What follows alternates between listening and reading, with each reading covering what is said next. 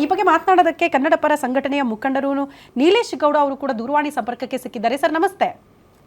ನಮಸ್ತೆ ಸರ್ ನಮಸ್ತೆ. ನನ್ನ ಧ್ವನಿ ಕೇಳಿಸಿದ್ರೆ ಲ್ಯಾಂಡ್ ಲಾರ್ಡ್ ಸಿನಿಮಾ ಬಗ್ಗೆ ಮಾತಾಡ್ತಾ ಇದ್ವಿ ಸರ್. ಒಂದೊಳ್ಳೆ ಸಮಾಜಕ್ಕೆ ಸಂದೇಶ ಹೊತ್ತು ಸಿನಿಮಾ ಬಂದಿದೆ, ಸಿನಿಮಾ ನೋಡ್ಲೇಬೇಕು ಅಂತ ಕನ್ನಡಿಗರಾಗಿ. ಸೊ ತಾವು ಹೇಳೋದೇನು ಸರ್ ಸಿನಿಮಾ ಬಗ್ಗೆ?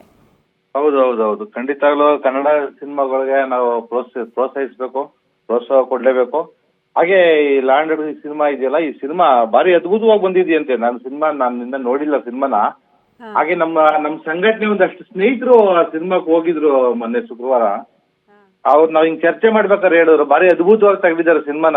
ಆ ನಮ್ಮ ಪೂರ್ವಿಕರು ಏನಿದ್ದಾರೆ, ಆ ಪೂರ್ವಿಕರುಗಳೆಲ್ಲ ಏನೇನ್ ಕಷ್ಟಪಟ್ಟಿದ್ದಾರೆ ಅವಾಗ, ಆ ಒಂದು ಉಳುವವನೇ ಒಡೆಯ ಅಂತ ಒಂದು ಇದಾದಾಗ ಆ ಸಂದರ್ಭ ಅಂತದೆಲ್ಲ ಒಂದು ತಗೊಂಡು, ಹಾಗೆ ಆಮೇಲೆ ಆ ಒಂದು ಅಲ್ಲಿ ಊರಿನ ಪಟೇಲ ಅಂತ ಏನಿರ್ತಾನೆ, ಆ ಪಟೇಲನ ದಬ್ಬಾಳಿಕೆಗಳು ಅವೆಲ್ಲನೂ ಸಹಿಸ್ಕೊಂಡು ಅವೆಲ್ಲ ವಿಷಯಗಳನ್ನ ತಕೊಂಡು ಸಿನಿಮಾವನ್ನ ಭಾರಿ ಅದ್ಭುತವಾಗಿ ಮಾಡಿದಾರಂತೆ.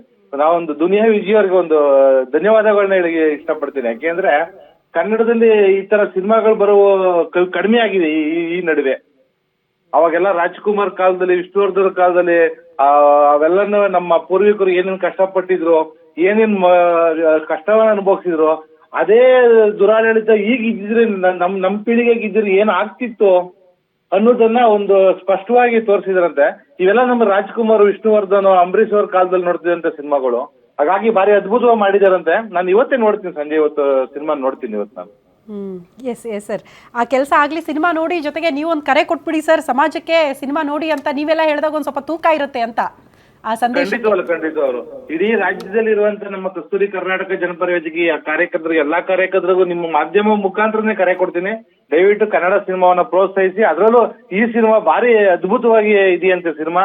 ಈ ಸಿನಿಮಾವನ್ನ ಖಂಡಿತವಾಗ್ಲು ನಮ್ಮ ಕಾರ್ಯಕರ್ತರುಗಳು ಎಲ್ರಿಗೂ ನಾನು ಖುದ್ದಾಗಿ ಕರೆ ಮಾಡಿ, ಮತ್ತೆ ಹಲವಾರು ನಮ್ಮ ಒಂದು 25-30 ವಾಟ್ಸ್ಆಪ್ ಗ್ರೂಪ್ಗಳಿದೆ ನಮ್ಮ ಕಾರ್ಯಕರ್ತರು, ಚಟುವಟಿಕೆ ಇರುವಂತ ಕಾರ್ಯಕರ್ತರು ಎಲ್ಲಾ ಗ್ರೂಪ್ಗೂ ಒಂದು ಮೆಸೇಜ್ ಅನ್ನ ಹಾಕ್ತೀನಿ, ಸಿನಿಮಾ ನೋಡಿ, ಸಿನಿಮಾವನ್ನ ಪ್ರೋತ್ಸಾಹಿಸಿ ಅಂತ ಹೇಳಿ. Yes sir, thank you sir guarantee news ಜೊತೆ ಮಾತನಾಡಿದ್ದಕ್ಕಾಗಿ, ಕರೆ ಕೊಟ್ಟಿದ್ದಕ್ಕಾಗಿ.